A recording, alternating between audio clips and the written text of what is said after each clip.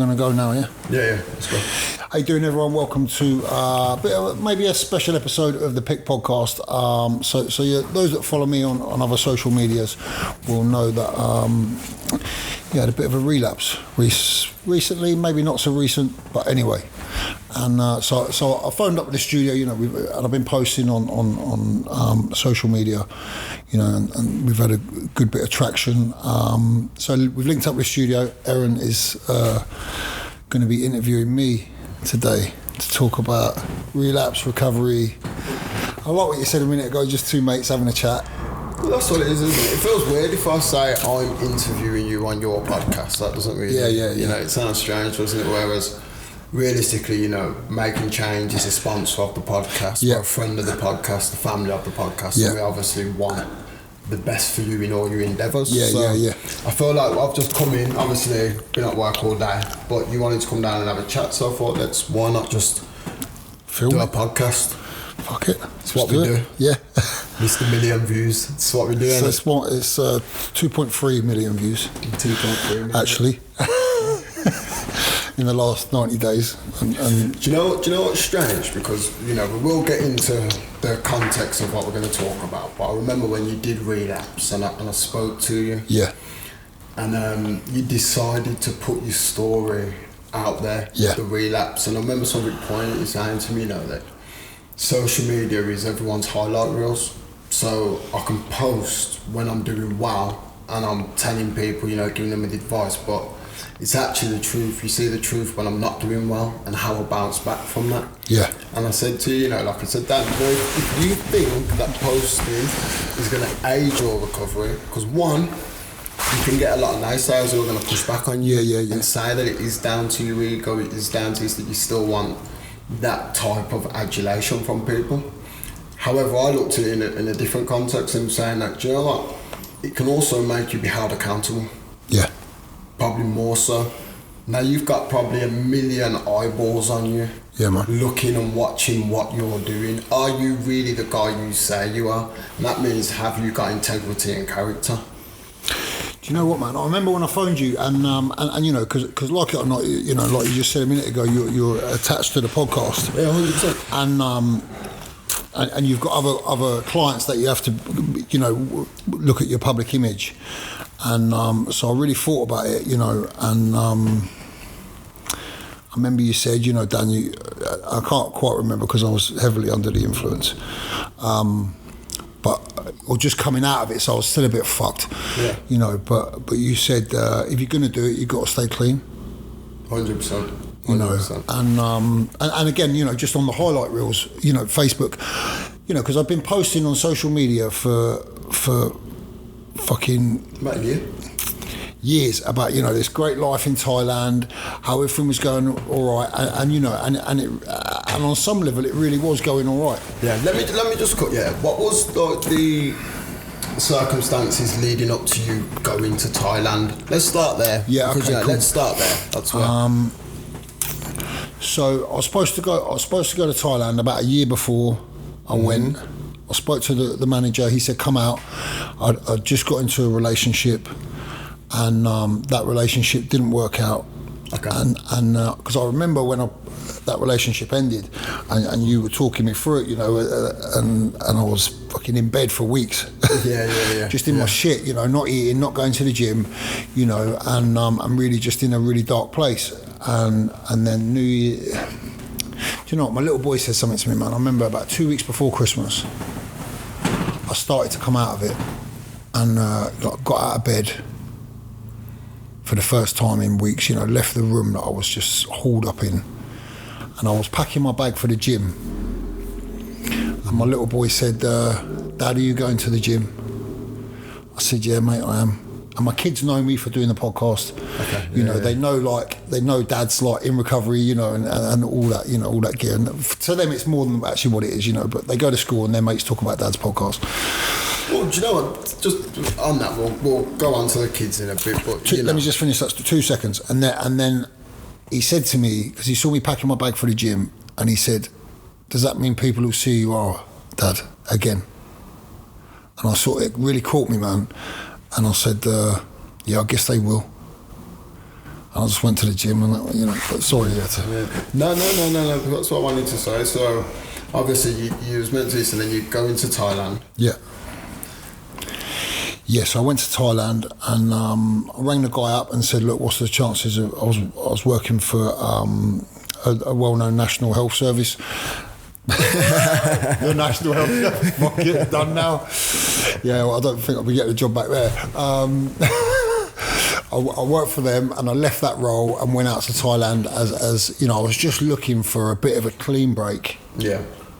And just to do something a bit different, and I've been in addiction most of my life, so the opportunity to go and work in a different country was really appealing. Yeah, 100%. And I think you'd been doing well as well. So from your current relapse, how long was you sober before in sobriety?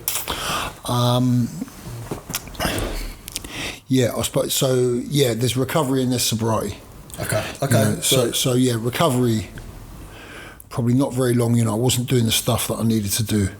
But I've been around this stuff since 2018. Since I left rehab, been around the 12-step fellowship, and kind of dipped in and out of actually being in active recovery. Do you know what I mean? In terms of like doing what I need to do to stay well.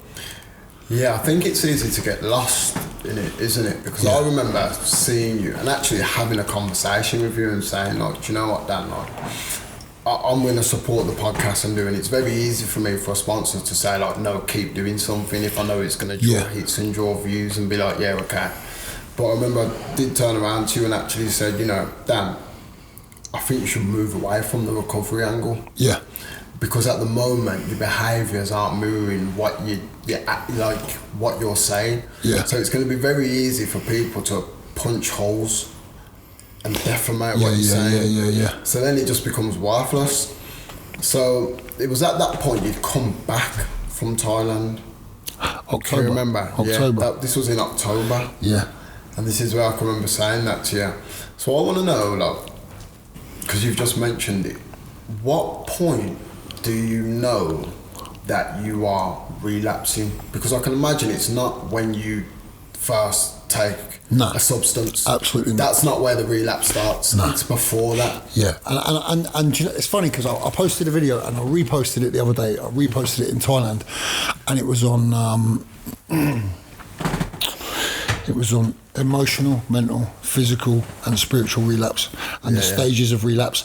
And I reposted the video and said, I wonder what stage of relapse I was at during this video. I kind of know where I was at, and I was probably on a mental relapse then. So I was being a bit fucking mental. Yeah. Do you think when you first went out to Thailand though, you was okay? Was it like the environment? Was it the change that, because that's a big change as well. It's not, people think, people just fly halfway around the world and going up their lives, every day. It's not, I can imagine you had some great times, but it can be also very isolating. Yeah, do you know what? I responded to the change quite well, I thought, and really got stuck into the work and, got into a relationship when I was out there, of course, that's kind of my go-to. And, I really struggled to be on my own. Okay. But we can chat a bit more about that in a bit. And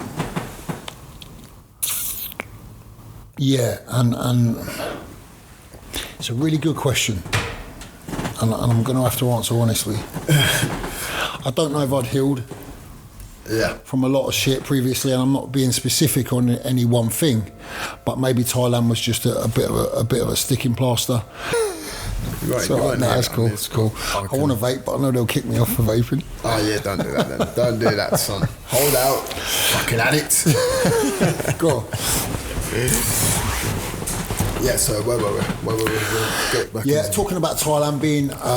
you wasn't fully healed from past things, nothing specific. And I'm not just talking about the coming out of the relationship. Mm-hmm. I'm talking about, just the relationship before that, walking away from my ex-partner and my son, and leaving the house with them and all that stuff, and that's made up of loads of stuff. That's made up of resentments. I was going to say, is there a lot of guilt mixed up in? Fucking hell, mate, yeah.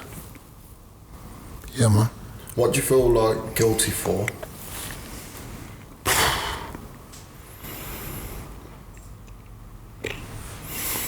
shit, man.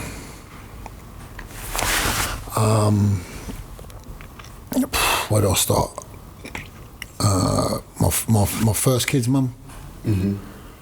You know, shit that woman went through. You know, and I went to rehab and got clean and just kind of just got well, you know, and didn't go back. Okay. Using in front of my kids. Taking my kids to fucking crack houses. Mm-hmm. You know, my kids couldn't play with me unless I'd used. They didn't know on a you know, on the language, like I'd leave daddy, but there was an energy, a feeling. Yeah. Like daddy, you know, they knew when daddy was all right. Yeah. You know, yeah, man. Fuck, I'm not that guy. Yeah, 100%. 100%. I think it takes it's one of the steps, isn't it? I mean, I don't know the steps. You can tell me each one, but at some point, acceptance has to come into it. Because until you can fully accept the things you've done, then you can't really move forward. Yeah. Like guilt is a powerful emotion, a very powerful one. So like, I used to hold a lot of guilt about when my brother died for certain things, and then but I still deal with them today. Do you know what I mean? Like I still think like, oh, do you know, if I hadn't have done this or hadn't have done that, then this wouldn't have happened. However, I think like, you know, it's part of the challenge, isn't it, moving forward? And no one said it's gonna be easy, but you've just got to get up and try. And I think that's what you've been doing, and I think it is. But what I really want to like get down to is, and the reason why I asked is like, what do you feel guilt for? Is because, do you think moving to Thailand was half kind of running away from the stuff? Yeah, that's in there. Yeah, has to be, and yeah, like I could go to a new country. And you know, if the place where I went, kind of Koh Phangan, you know, I would laugh about it and say, this is the island of broken toys. Because everyone there was fucked, but pretending not to be. Not to be, yeah. It's a bit like Amsterdam. You know, and like, you know, it just kind of felt like I could go there, you know, kind of be who I wanted. And you know, you're off to a bad start anyway, because I suppose you're not being outwardly honest. Yeah. And then, you know, you can start to gaslight yourself and believe your own shit. Yeah. You know, and when we talk a lot, right? And you use this word a lot when we talk. It's humility. Yeah. Humility. Yeah. Is that something that you've become self-aware of, or someone said that to you? It's inside that love. Do you know what it is? You're not humble, like. People, go on. No, go on. Go. People have said it to me for years, but that's not the way I learn. It's not the way I learn. Okay, you can fucking tell me something till I'm blue in the face, you know, but pain is my greatest teacher, and it makes me listen. So when I look at my relapse, or any relapse, it's because I thought I was better than. Yeah. I thought I was better than the program. I thought I was better than the people maybe I was working for. I thought I was better than the people I had in my life. Isn't that just the projection? Isn't that like a barrier that you're putting up? Because one, you're an addict and you want to use, and two, that really your self-worth, and you maybe think that you're not good enough. So maybe you're thinking the outward of it is, yeah, I'm better than this anyway. But is that because slowly and surely you're thinking, oh, do you know what? I might get found out here. I'm not quite who I say I am. Yeah. Because in your head you're having them thoughts, and it's I'm not who I am. But all right, well, if I do relapse, I'm better than this anyway. Yeah.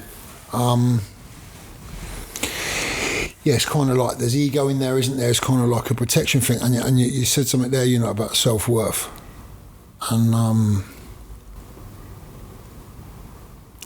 how do you feel about yourself? It's a good question, isn't it? How do you feel about yourself? Oh, do you know what, mate? It depends which fucking head I've got on what day. Fair enough. That's like everyone. You know, but really, you know, when I strip it back, like fucking Dan's all right. Like, you've seen the many sides to me. Yeah, definitely. So you will have seen the one where you go, he's all right. Yeah, 100%. Do you know what I mean? And I see that one most of the time. You see, most of the time I see that one. Because I know you call me out my shit. Go, you wouldn't be nasty about it, but you just say, Dan, what are you talking about? Well, I just try and give you a different perspective from your perspective at the time. Because sometimes I can see you spiralling. Spiralling like this. So like you said, chill. Yeah. It's not the worst thing in the world. X, Y, Z. Do you know what I mean? Yeah. That's what you should do. Well, listen, when you're in Thailand, right, what is going on? Like, obviously, you're running there. I was an operations manager at a rehab in Thailand. Yeah. And, I had the experience to do the role. I did the role well. And was it the pressure of the role? Because it's a big role. Do you know what, man? I could do the role again. Yeah, and where I fell short is like, when I'm at work and I'm delivering a group, or I'm looking at some sort of governance process, or some sort of procedure we're putting into place. I can do that. I can hold it and I can implement it until it sticks. And then. What I stopped doing, so I could do the role really well, not blowing smoke up my own arse. I know I could do the role well. Where I fell short was, so I'm in a group, right, and I'm delivering a group, people are getting fucking clean, people are hating me as their case manager, and they're going out and staying clean because of the work I was doing with them, and that doesn't mean I'm in recovery. That means, just because I'm delivering recovery at work, that means I'm good at my job. Yeah. That's it. That means you're distracting yourself. Yeah, but I'm good at my job, so what am I doing when I leave work? I'm fucking going home, sitting on my own, or, in a relationship where I'm coming up short in. Why'd you say that? Why'd you say you're coming up short in it? Because at this point, I'm on an emotional and mental relapse, and I'm fucking insane. Yeah.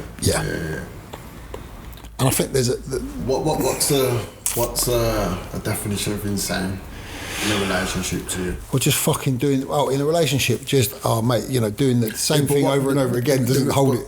See, the reason why I asked that is right, and again, this is just about accountability and us asking about our own behaviours. And so I'm saying, like, is my going insane in a relationship is knowing I've got a loving relationship, but then I might go out for like 24 hours and not be contactable because I've been on the piece and I've ended up on someone's sofa sleep. Do you know what I mean? That's my insane. That's what others can be controlling. So it's a case of where are you, what you doing? Do you know what I'm trying to say? So these are the things I'm trying to ask you. Where did you feel you was coming up short? All that. Just being really fucking needy. Yeah, needy, and them needs not being met. But this is what I'm saying. The reason why I like the way you said needy in it, because that again feeds into addiction. Do you know what I mean? This is where I personally think that relationships, it's hard to say it because you can never really say someone should or shouldn't be in a relationship. But I think when you're really in recovery, trying to heal yourself, or even if you're just trying to heal yourself, looking to attach yourself to someone else at that point is never going to be a good idea. It doesn't matter how much chemistry you've got or anything, you're still going through things, so your mind or even your like cognitive function to be able to supply that person with something steady and real isn't there because you're yet to find your own feet. So then for you to carry someone else, it doesn't work. So you can become needy to the point where you're just looking for someone to mother you a lot of the time. Not like in a whole way, but it's that someone needs to look after me constantly. Aren't we all looking for that? No, we're not. Are we not? No, 100%. No, I don't think we're laughing. Okay, isn't it nice to have that? It's nice to be cared about. 100%, yeah, but it's nice to be cared about, but it's also nice to need to be cared about. Yeah. Do you understand what I mean? So it's nice for someone to feel that if they don't look after me, I'm going to fall apart. Do you know the difference? Because that means they want to be there and look after you. When they start to feel obliged, that's when they start to feel resentment, and that's when things start to go like, oh, well, I'm doing this for you, but what are you doing for me? Yeah. I'm finding that out recently. But what I'm finding out recently is fucking hell, I'm all right. Like, I'm all right. You know, and right. and I don't want to mention anyone's names because I don't have permission, but you know what, I'm all right. But it's nice to have the person there. Yeah, of course it is. But without them, it stings a little. But fucking, I don't have much choice but to be all right. Yeah. And I'll tell you why I'm all right. You know, like the anxiety kind of stuff from old is still there, but it's really on a manageable level. Okay. And I'll tell you why, because, you know, if you're in recovery and you're doing a 12-step program, they talk about do the 4 suggested things. I'm doing that, and I'm fucking on it. Yeah. So, and so I've noticed that old feelings. I'm like, oh, they're still there, but they're not, I'm not drowning in them. Okay. Yeah. Do you know what I mean? Like, I'm like, oh, they're there, but I'm still all right. You know, I'm not thinking about using it. Yeah. No, that's a good thing because that shows growth, and but we also have to remember, like, you know, that these things are new, ain't it? So it's about sustaining that. Yeah. Do you understand? That's the important thing for you. Like, you know, you can go like 2-3 years. So it's kind of when I don't want to say you've tricked yourself into thinking you're better. Oh no, I'm fucked. But there is that aspect of it, so you have to be vigilant. Yeah. This is what most people I know who are in recovery are immersed in it. Yeah. It can almost become your whole life. Yeah. And some people don't want that, you know, because we always say don't let, you know, your trauma or don't let the things you've been through define you. But ultimately they do. It just depends on how they define you. Is it negatively or is it positively? Yeah, I think I've got a good balance with me. You know, there's stuff I can do, and I'll give you the specifics. You know, like I do a gratitude list every day. 10 things I'm grateful for, and I don't just ping things off. Like I really, you know, I've really upped it and be like, oh, do you know what, man? I'm grateful that I have my life because I nearly lost it in Thailand. Yeah. You know, not I'm just grateful to be alive, which was the kind of shit I was throwing out before. You know, and then, you know, so I do the gratitude list, you know, I do the step work, and so I'm going through that again. I call my sponsor, you know, and some days I've got nothing to talk to him about, but I call him just because I don't know what might come out of the conversation. They're the best conversations. Yeah, just with no agenda. Do you know what I mean? Yeah, I see. Just chat. And then I go to meetings, and you know, sometimes I share at meetings, and sometimes I listen. Mm-hmm. Do you know what I mean? And I'm all right with that. Whereas before I was quite. You can be hard on yourself in recovery. You have to share. If you don't share, you're a failure, and that fucking don't feel right anymore. It's like, do you know what? Maybe I'm just meant to listen tonight, and you know, like maybe I've prayed during the day, and maybe I'm listening for God. Yeah. Do you know what I mean? Yeah, no, I agree with that. I want to talk, like, you know, obviously with the relapse this time. So, what can you talk us through actually what happened? Yes. So this is what we want to like hear about, and I want to know like what the fuck was you thinking as well? Mate, but fucking that's hell. what I want to know. Seriously, like that point before you picked up. What was it first? Was it crystal meth? Was it anything? It was crystal meth. Okay. But you know what? I spoke to my friend who was out in Thailand recently, and he spoke to some people in the treatment centre, and he kind of asked the question and said, "What the fuck happened to Dan?" And what he's told me was, Dan went home on the Friday and he was all right. And Monday he was fucked, like not in a off his head, but in a aggressive fucking. He'd lost the plot. Okay. Yeah. So I can tell you what happened on the Saturday and the Sunday. So it was coming for a while, man. Do you know what? Let's go back a bit because so it's a bit of a story. So just bear with me. That quiet voice in my head. You're going to relapse, Dan. You're going to relapse. Okay. I fucking knew. Is this like day to day, like when you're at work? And yeah, like, you know, every now and then it would just come in. Do you know what I mean? And you know, I'm at work. I'm doing all right. You know, I'm getting shit done that I need to get done. Maybe struggling a few areas at work, not doing no meetings, stop doing the gratitude list. I'll come up with a fucking brilliant reason to stop doing the gratitude list. I rang my sponsor, he said, "Where's your gratitude list?" I said, "Look, I'm feeling kind of grateful. So when I'm feeling ungrateful, I'll do one." He just went, "All right, mate. You know, my sponsor's not going to fucking tell me what to do. You know, I've been around this stuff long enough." Yeah. You know, so I stopped doing that, you know. and stopped attending the meetings because there were clients at the meetings, and I was like, I can't share my shit, you know, all in my ego and all that stuff. Anyway, so that quiet voice is coming in more and more. You're going to relapse, you're going to relapse. I'm fucking coming up short, left, right and centre with people, you know, over silly shit because my washing weren't done. They lost my washing on reception. I said, find my washing, I'm going for breakfast, make sure it's here when I get back. Dickhead. Dickhead, man. Like, anyway, so all this stuff is this is the relapse. It's in motion. Yeah, I got home on the Friday.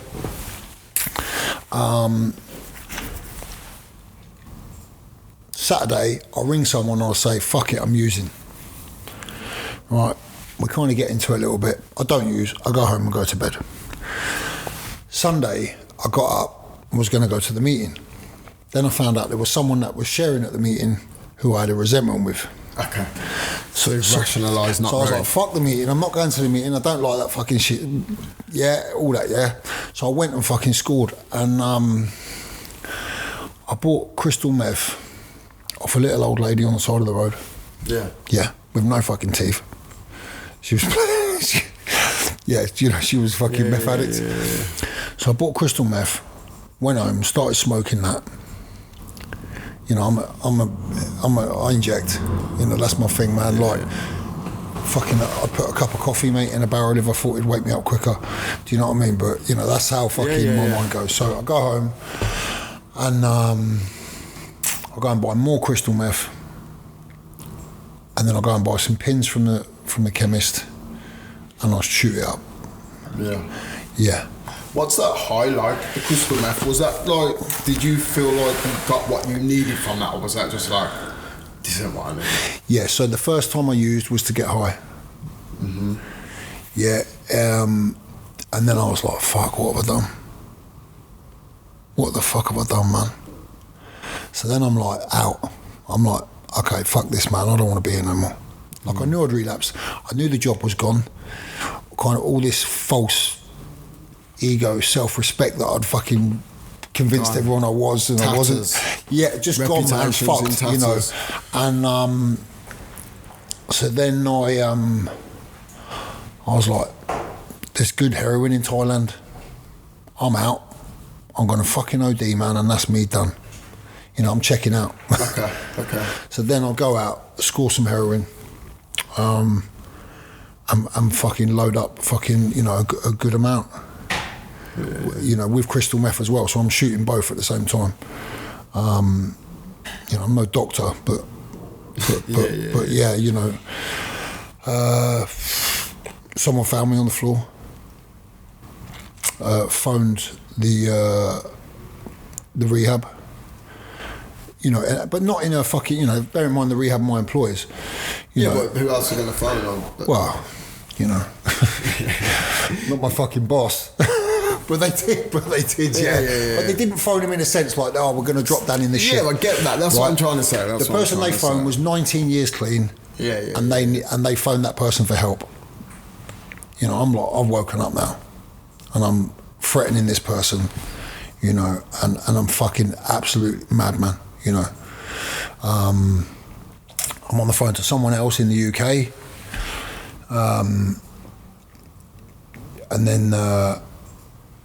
and then my friend turned up. Yeah. And I was renting a bike off him. And he said, I spoke to him since, he said, damn man, you had fucking knives all around the house, plotted up. Yeah, you'd lost the plot. You'd been in it for I don't know how long, but you'd lost the plot. He came to me and said, I need the keys for the bike. Bike was registered to him, you know. And I just looked at him and said, I'll give you the keys, but you need to leave now because I'm going to hurt you. Like, I'm gone, mate. Like, complete and utter fucking, just fucking insane person.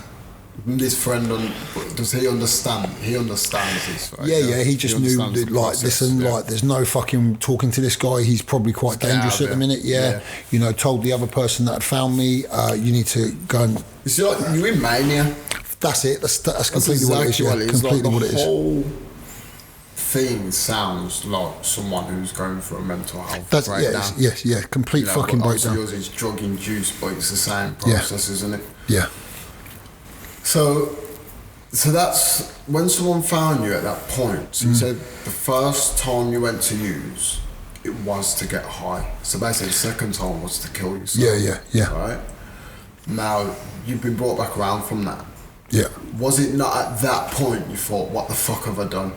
Like, I need to get my head back on. I need to give my head a fucking swim. Nah, because just, the thing about addiction, and the thing about addicts, first of all, we're great at pain.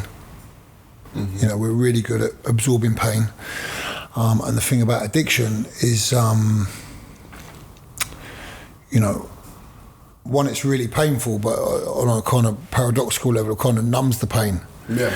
So now, I was in a lot of pain, because of what I was going through, and I used, and fucking hell, man, that using, that, do you know what, when I think about that relapse now, I think about the places that it took me, the people I was hanging with in that week, rather than use the drugs. Okay. Yeah. That's not what scares me. It's like, the lifestyle, who you're around, and there was one point. Underbelly. Yeah, do you know what? There was one point, I'll keep it short. I scored some heroin, and this guy, this Thai guy, takes me back to his house. And it's a derelict house, fucking half a roof, no electricity, concrete floors. And I'm in this room with about 4 other addicts. And there's a candle, and we're smoking crystal meth. And this fucking still haunts me, mate. There's a little girl in the other room, and her mum and dad are in this room smoking with us. And she's crying, man. Not like a, not a whingy child cry, like being a pain in the arse cry, but like a need. Yeah. And there's 2 other kids in the room, man, and I just looked. They'd given up crying. They were just laying there, almost like shell shocked. You know what I mean? And I just looked, and I said to the guy, "I've got to go, mate. I can't stay here." Yeah. And I left. And fucking. That's probably that's that shit wakes me up still at night. I was at someone. I said to someone the other night, or the other day, sorry, like it woke me up at 3:30. Do you know what I mean? Fucking, I've been tossing and turning all night, and yeah. And there was other stuff, man. There was other stuff. Like I was fucking hallucinating. Do you know when people said to me about hallucinating, I just didn't believe it. Okay. But fucking hell, mate. Like my neighbours were getting a little bit freaked out by me. Yeah. I was like stood in the middle of this fucking street, which is kind of a dirt square, for 4 or 5 hours, just looking into a building where there was no one, but I thought there were people in there. It's crazy. I'm just thinking, it sounds just like so mad. It's fucking out there, like. But it's really weird, and I bet a lot of people are sitting there thinking, "You selfish bastard." Yeah. Do you know what I mean? Like we can talk about healing and trauma, and then we have to talk about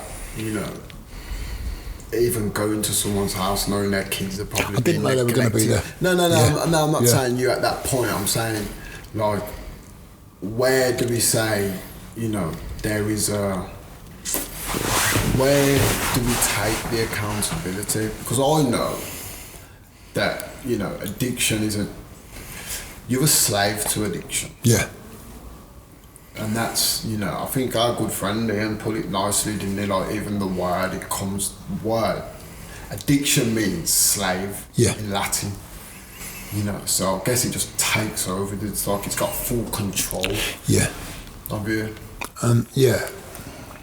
And I remember speaking to you, to be perfectly honest, and there was a point where I knew you'd relapsed, and I phoned you, and I asked you. I didn't say anything.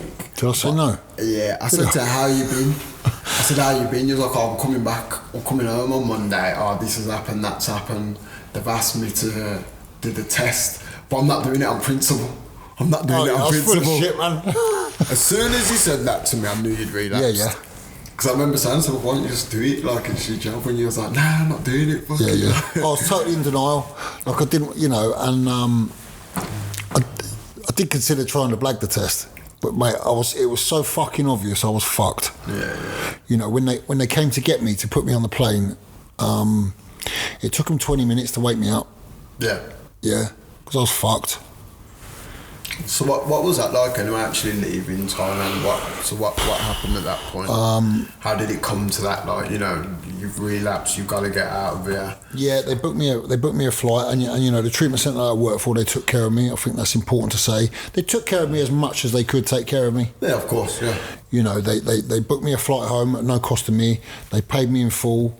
You know, and then they got me off the island. You know, and got me as close to the airport as they could. Yeah.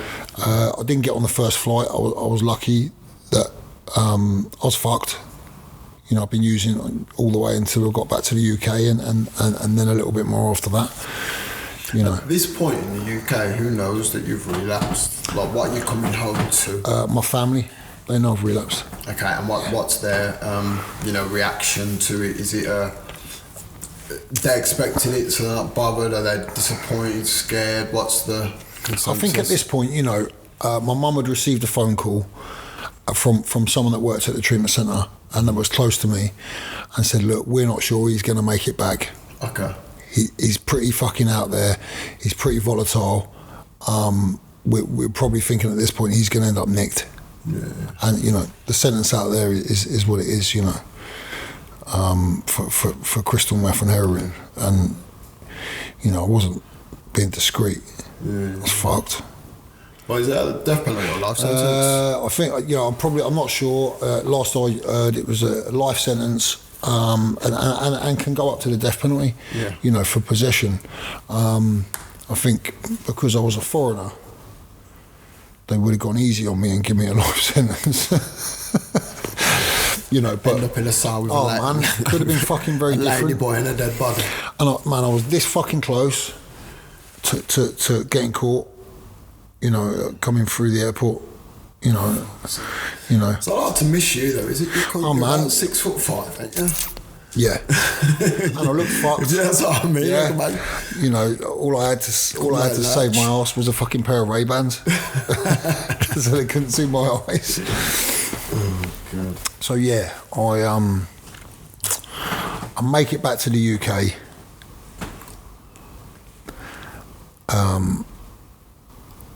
I don't ever want to tell the fucking bag search story.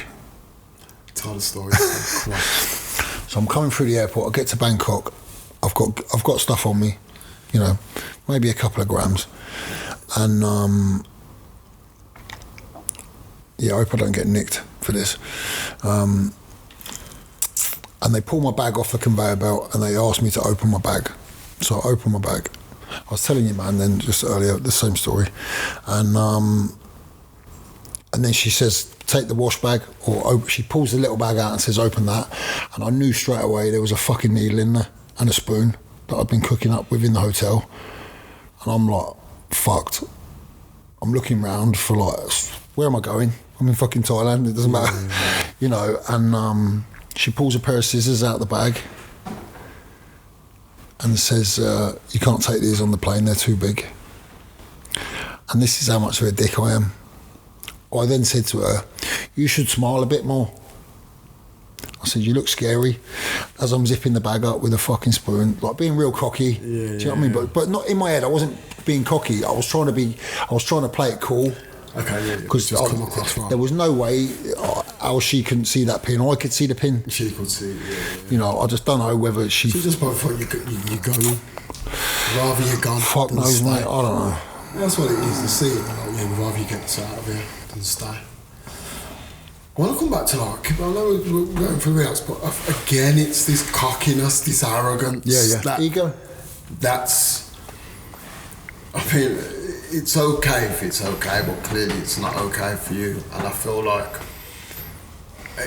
like you need to have the love of the people in it. Like, you have to have that people. You want to be liked. You want to be liked, you want to be loved. That's a good point. So, where does that come from, though? You know, this is what I want to know. Where does that come from? It showed up, didn't it, at the beginning of the podcast, and you said, Mr. 1.8 million.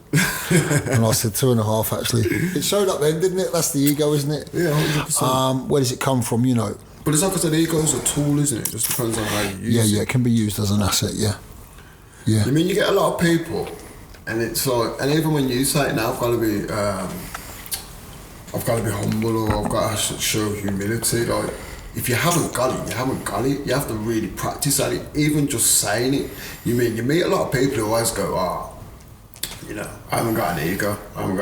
No, I'm not egotistical, and they might be quiet. They might not have an ego in the outward perception of it, but then they just change the words. So now they start to use words like legacy, like, I've got to leave a legacy, because it sounds not as like. I never thought of that. Narcissistic as saying, I've got an ego, so I want this. No, I want to leave a legacy, because really you think that you're that important that you need to leave that legacy. It's important. It's kind of like a narcissistic tendency that I find with people. It's fake humbleness. Yeah. Do you know what, man? And I suppose the current kind of thing around the social media is a really good look into that. Yeah. You know, so if we look at that. I think for yourself, again, like I said, ego can be a tool. Yeah. So I don't ever say to someone, like, if you've got that much confidence and boastiness, like, there's nothing wrong with you showing that. Yeah. It's when your confidence becomes arrogance, that's when your ego becomes dangerous. Because arrogance means that you think you know better. Like you said, I know better than them. Yeah. I'm better than them. Yeah. That's arrogance. It's not even confidence. Confidence means that you can think a certain way, but if someone actually offers you a piece of advice, you're confident enough to say, okay, do you know what, I was wrong on that, so I can change my perspective. Yeah. Because when you're arrogant, you just think you're right about everything. Nothing that anyone else says matters. So I don't think I'm arrogant. I'm able to pay. I'm able. Yeah, I don't think you are arrogant. No, I'm able to. I'm able. Do you know what? You know, and what I need around me is I need strong people. Mm-hmm. I'll go, Dan, man. What about this? What about that? You know, Liz Turner would be one of them. Yeah. She's solid. You know, if ever my behaviour's off around a woman, she'll say, "Listen, what you do?" Liz has phoned me up before. I missed a child maintenance payment. We were in the middle of a fucking argument. She rang me up, said, "What are you doing? Just pay it." I was like, "All right." You know, because then I'm starting to weaponize. You know, anyway, you know. Yeah, I get that. But yeah, you know, and recently I've been, you know, and you would have heard me saying the word humility quite a lot. You know, because I'm really fucking trying to either find it or keep hold of it. Mm-hmm. Do you know what I mean? Like, I really need that. And I was talking to my sponsor about the social media stuff. I said, I'm struggling to find my humility. And he was straight with me and he said, because you're putting yourself out there all the time. He said, move quietly. Yeah. You know. I think, like I said to you before, you know, for us, you can look at this as like unethical, or sponsoring the podcast, us being friends, and me going, no, put a podcast out or put content out, and that could be seen as being damaging to your well-being. But I mean, the first thing I will say to you is like, make sure you put your well-being first. I said, you don't need to post. I said, bro, you don't need to post anything. Get better, and then if you want to do it, but make sure you're well. Yeah, you have first. You've said that to me at the very beginning. Yeah, you're gonna post it. I keep saying it to you, because ultimately, if you're not well, you're not well. Look at, you know, someone that we both know who you introduced me to, and what happened to him. Yeah. You know, so I think that's very important, but on the flip side, like I said earlier, I think the social media thing can help if it's guided right and tuned right. You can be held accountable by people easier, more people. Essentially, you're looking for validation. And I say this a lot, that's what the lack of humility is. It's, you want validation of people. That's not necessarily a bad thing when you're doing a good thing. Yeah. So if you know your 2 million people are watching you and watching your struggles, but they're finding some genuine lessons in what you're doing, and you're not just promoting, you know, the negative, or, well, I'm an addict, fuck it, this is life, do you know what I mean, kind of aspect, then you are helping people. Look how many messages we've seen of people saying like, you know what, Dan, you've helped me, you've helped my family, you've helped this. I felt like I'm the only person going through this. And I've had a few of them, there was anyone to talk to. Yeah.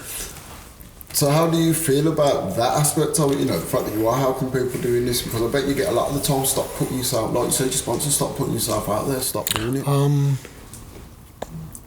And let me ask you a question as well. Go on. Honest question: are you doing this for yourself, or are you doing it to help people? Bit of both. Yeah. Bit of both. I think, you know, when I was really fucking struggling with myself when I first decided, okay, I'm going to get clean. Yeah, I needed something to occupy me. I'd gone from like having such kind of meaning and purpose in Thailand, you know, like in the centre of this kind of rehab, and then, you know, that was kind of, or I threw it away, I think is probably a better way of saying it, to coming back and kind of just feeling really insignificant, you know. And so what I realised quite quickly was, okay, this was giving me some meaning and purpose, and then other stuff came out of that. Yeah. Like I was now accountable. My followers went up by fucking 10,000. You know, I'm now accountable to all these people. Like, it's not going to keep me clean, but it's a nice deterrent from using. You know, 100%. I was getting messages from people, you know, and I think I was being fucking quite honest, saying, listen, it ain't all a bed of roses. Yeah. You know, this gear's difficult. And when you don't do it, this is what it looks like. You know, I try not to give advice. I try and just share about how I'm feeling. People message me, and you know, like, I can only say what I do. Go to a meeting. That's it. I'm fucked. Don't ask me. Literally, I'm not even joking. And you know, I say that because I need to believe it. Yeah. I need to believe that unless I do the stuff that I'm asked to do, or the stuff that I've been taught to do, I'm fucked. Yeah. But I think it's true. Yeah. So I say to you, like, I believe in anything you want to be good at or great at, you know, and people feel like their own health and well-being is something that they don't have to tend. Like, your body's a living thing, like your thoughts, you are what you eat. Yeah. You know, so the more negativity and toxicity you take in at that point, the more it's going to lead down that road. I believe, like, when you really want to change, you have to immerse yourself in what you want to change into. Which again is like, you know, if you say you want to be a family man, but you spend that time with your family. Yeah. The only way for you to be a family man is to immerse yourself in it. That's it. You know, it's not difficult. Well, it is difficult, so, because it's a whole changing. It's a total change in behaviour. You've got to think on a completely different paradigm to the way you used to think. Yeah. So, again, when you came back as well, you know, you said your family were there. What about, like, your kids? Did you see your kids show? Or what happened when you came back? Because I know that, you know, you didn't just use in Thailand, come back to England, didn't use. So what happened when you got back? I came back to the UK, and I didn't use for long. I tried to take I found some Thai heroin in my bag. I was like, oh, sound, mate, this is another shot. You know, with no kind of crystal meth, no uppers, no stimulants. I was like, okay, maybe if I just take that on its own. And that's kind of where the whole Facebook thing kicked off. Okay. Yeah. You know, I put this, like, I'm done, I'm out on Facebook. I've deleted it since. I was looking for it the other day, and someone said, no, you deleted it, Dan. And took a fucking, you know, a good dose, and it still didn't fucking kill me. I was a bit pissed off. I was thinking about Chris. I was thinking about Chris's ex-missus phoned me up. Fucking, she gave me an earful. I was thinking about all these people that have died, and I was like, how the fuck do they get to go and I don't? I've had enough, man. I want to check out. Like, I've had enough. This is like, I've genuinely, like, I don't want to do recovery. I don't want to use, man. Just let me go. Do you know what I mean? And yeah, it's so sad that is, isn't it? Because I know, let's say what it is, it went tits up, you fell off the wagon, that's it, you know, you relapsed, but you had so much, and have so much, like, beautiful things around, like, listen, life is good, you're breathing, do you know what I mean? You know, you're young, you're strong, you can do things in life, to get to that point where you're like, oh, I'm gonna check out again. And I'm asking this again in seriousness. Is that just like you having a big pity party? Or is it really you don't want to be here? No, are you in the horrors at this point? Or do you really think I don't want to be here? In them moments, I've got... people will think, and whatever it is, it doesn't matter. I don't care what I don't do, but not much. I do care. People, no, you're like me. I get what you're saying. Not really that much. Yeah. Like, there comes a point where I'm like, oh, do you know what? Fuck it. I don't really care.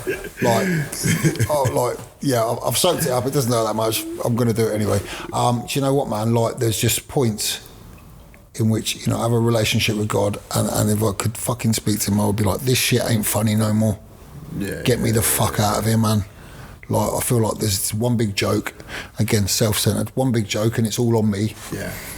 And it just ain't like that. When I sit back and take responsibility, it's like, actually, like God, the universe, he, she, or whatever, has given me a fucking nice life. Yeah, and giving you opportunities. So maybe it's like your decisions. It's my responsibility. These paths. Yeah, it's all on me. The whole relapse is totally on me. You know what it is? It's one of them, like, because it is on you because you relapsed. But at the same time, there is still something attached to that where the subconscious is leading you down those roads. Do you see what I'm trying to say? So they're the cycles you need to back. I don't think you can ever really recover from anything if you don't deal with the actual causes of why you're behaving like that. Like, I don't think you can stop drinking if you don't face why you drink so much. I think, you can stop drinking. Yeah, you'll stop for a little bit, but as soon as that crash comes or something knocks you off kilter, that's going to be your go-to, because you haven't dealt with why that is your go-to in the first place. Do you know what? I don't know. I slightly disagree. Let's just say I was in Thailand for a year, slightly less than that. Yeah. So 365 days. Yeah. Right. And then for 364 of them days, life was still coming at me in the same way it was, and I didn't use. And on the one day, I decided to use. Yeah, but do you know what it is, Dan? Nothing comes like that. That's the thing. It's not one incident that comes like that. It's it's like getting prodded. Do you know what I mean? Like, that's how it happens. It's not like one day you was like, I was perfectly fine yesterday, and today I woke up and thought, fuck it, I'm going to use. There would have been a period of time where things may have been slightly getting on top of you. It happens to me. Not like where I'm taking heroin or crystal meth, but at the point where little things happen, stress, and it builds up, and as I'm a man, I think, fuck that, I'll just clock on, I'll carry on, and I carry on, and I carry on, and it's fine, I'm still producing what I need to produce. But then what happens is, I think, you know what, I need to switch my brain off, because I'm taking in too much, I'm taking a few too many punches, but no one's seeing the damage, so you switch your brain off slightly, and it happens. So I don't think it was a case of, and again, I do think your relapse was down to you. I'm not saying that. I do think it was down to you, because I think that you ultimately chose not to do it. But then I'm also saying there was a point somewhere where you was working in a dry house, in a rehab centre, but you didn't feel like you could go and talk to someone about the way you was feeling. No. And not because it wasn't available. But this is what I'm trying to say. Because my fucking ego's in the way, And on top of that, so I was doing some work with a therapist out there, a somatic therapist, and she watched me work. She worked with me as well, and she watched me work, and she really, she did some somatic work where they kind of recall. There's two types of memory: implicit and explicit. I hope I got this the right way. So the implicit is the feeling. So from about the age of 3 below. Yeah, so she'd done some work with me, and fucking, kind of second session in, man, I'm in tears, and she said, "What's the image you see in the feeling?" And I said, "I just want to be seen. I just want to be seen." And anyway, we finished the session. She said, "It's interesting that's the way you describe you." She said, "Because look how fucking big you are. Yeah. Look at the way you run around the treatment centre, managing everything, this. She goes, and you don't take no prisoners in the meetings. You say what you think, it doesn't matter who you're saying it to. You tell this person no, you tell that person no, they're above you in position, but you still tell them no. Because you want to be seen. really fucking hit home. You know, like I don't particularly enjoy going to the gym. It's a pain in the arse, if I'm honest. Yeah. But you know, like, where am I affected more? And what if I don't go to the gym and I'm fucking skinny? God. Okay. Yeah. Well, this is what we're talking about earlier about self-worth and that insecurity. How you see yourself. I just feel like with myself, I don't know, it's always just alright with the way I see myself, really, but how other people see me, yeah, that's always a thing. But I genuinely always had a thing of self-worth, and I think that's parenting. That is, actually, I'll give that 100 hands down to my parents. Do you know what I mean? They made us know, like, do you know what, whatever happens, when anyone else thinks like, you're all right. Shit, basically. Yeah, do you know what I mean? Like, you're alright, but not in an egotistical way, but you're alright, like, you're always going to be alright, so don't need to worry about it. That's a cultural thing. No. No? No, I think people are just lucky you either got good parents or... Okay. Not good parents, but just the way you raised, do you know what I mean? So I just think, but I don't think it is a cultural thing. No. I was just, you know, because I know, you know what, when I was growing up, I had everything I needed. Yeah. You know, and I suppose my mum and dad, you know, they gave me what they had. You know, there was no real, like... trauma at home. Well, there probably was, but fucking hell, we're all getting it, man. Do you know what I mean? All, you know, everyone's going through shit. You know, trauma's is not the event, it's the interpretation of the event. Yeah, so, it's how you handle it. Yeah, so what happens to you, the same thing happens to both of us. You know, you might be right and I might not be. Do you know what I mean? You know, 100%. Listen, man, you know, other people had it harder. Yeah. You know, people say that to me, like, oh yeah, but other people are harder, but it doesn't matter because you're not other people. No. You haven't experienced what they've experienced. Like, your thing is just relative to you.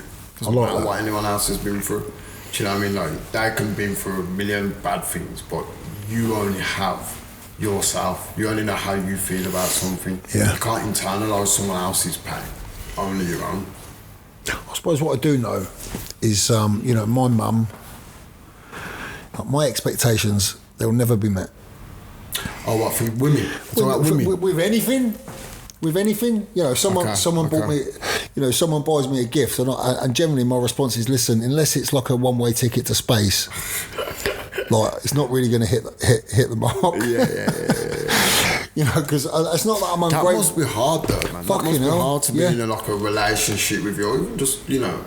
I mean, fucking hell, I know just from doing the podcast with you, Jesus Christ. I'm a pain in the arse. Yeah, man, you're like, mate, like, chill, relax. What did I say to you the other day? Employ someone. Mate, I speak to you more than I speak to my missus. Like, chill out. I rang you, and I don't think I did say it, but I was like, you need to employ someone to just deal with me. Because you know, because I'm fucking in my head, man. Like, in them moments, I'm like special and different. Where are we at for time anyway? How long have we been talking? What is the time? An hour. All right, well, we'll wrap it up soon. But yeah, wrap it up. But listen, I want to go to the thing, because, like I said, when you came back to England, the first thing I saw, because I spoke to you, you was leaving, right? You was leaving Thailand. I was like, all right, when you get back with me. So you didn't ring me for a bit, then I seen you post something on Facebook, so I thought, let me give you a shout. So I rang you didn't answer, and you rang me back. But at this point, I think I've seen the first thing you put up, but then you put a video up where, you know, you look gaunt. And for me, like, that transformation quick. Literally a week ago to that point was scary. Yeah. Very, very scary, do you know what I mean? No toothing. Yeah, the tooth, but it was more like your skin had gone. Yeah, fucking scabs away. Yeah. Like, you know, you look like you was eating food. You look like that. So, how did that affect? How did it affect you? Because, like I said to you, you kept posting through this whole thing. How does it affect you, or how did it affect you at that point? I think. Do you know what, man? And sorry, at this point, did you know you was going to get clean? Did you think at that point when you made that first video, when you was in that state still? I think my intention will always be to be clean. Okay. Okay, yeah. You know, that's just not the life for me. The first video I posted, right, I'll tell you where I ended up, right? I know the one you're talking about, no fucking tooth in, I had fucking scabs all over my eyes, I had that fucking baseball cap on. I've been banned from wearing that. I'm not allowed to wear the cap anymore. Well, if that ban still stands, does it? I live in hope. And I tell you, I ended up using with this girl, right? And she's just gone and scored for me, and then she's looking at me, and I'm using in this fucking shipping container before I posted the video, and she said, I know you from somewhere, and then she clocked, and she said, you used to be my drug worker. I'm using with one of my old fucking clients. You know, she's like, I'm not scoring for you again. She would have scored if I'd have given her enough money. Yeah, come on, man. Yeah. I'd have done the same. And then, you know, that kind of was a poignant moment. I was like, fuck, man. You know, like I've really gone from there to there. And so I did the post, and that was the first one I did. And then I think a couple of days after that, I was like making serious attempts to get clean. Mm-hmm. You know, not use, fucking just kind of go through that detox. And not just the physical detox, but the mental fucking, you know, trying to shut that bit of me down that is just obsessing on pain and the way to kill the pain. Mm-hmm. Like, the mind is powerful. And it's really good when it's working for you. But when it's fucking against you, man, your back's against the wall. But at the same time, you know, I'd had a bit of recovery. And I was just convinced, call it the ego and using it in a as an asset. I was convinced that, the distance I'd travelled in that 1 week and the person I'd become in 1 week, people needed to fucking see that. Yeah. This is what happens when you get involved with this shit. You know, they say you pick up where you left off. It's pretty much where I finished 5 years ago. You know, that week, within a week, I was pretty much back to where I was when I went to rehab in 2018. Yeah, easily, probably worse. My fucking mental health was more shot to bits. Yeah. So, what do we see now for the future then? I don't know, mate. What do we see now? Is it just to concentrate on recovery, which is what I always say is the best thing to do? What are you seeing for yourself now? Do you know what, man? What I want, you know, and I know I'm going to be grounded, you know, kind of grounding myself for the next couple of months. You know, just I'm in a dry house, so just doing lots of group work, which can struggle with at times, but I need to be there. Mm-hmm. You know, lots of meetings, which I love the meetings. You know, I love the recovery in Birmingham is fucking excellent. It makes recovery easy. Do you know what I mean? There's loads of characters. Everyone's a bit quirky, and it's fucking kind of cool. You know, and I don't know, man. I think it's going to be a good year. But all I really know is that I've got to get the bus home, eat some dinner, and get to bed clean. That's it. Yeah. Each day as it comes. Yeah, fucking I'll do tomorrow when it turns up, you know. Yeah. And I'm sure tomorrow will bring its own set of joy and own set of pain, you know. Okay then, mate, I'm going to wrap it up there. Yeah, Sam, man. It was a good chat, man. It was good. I thought it was alright. Thought it was alright. Yeah. Enjoyed that. Thanks for watching, everyone.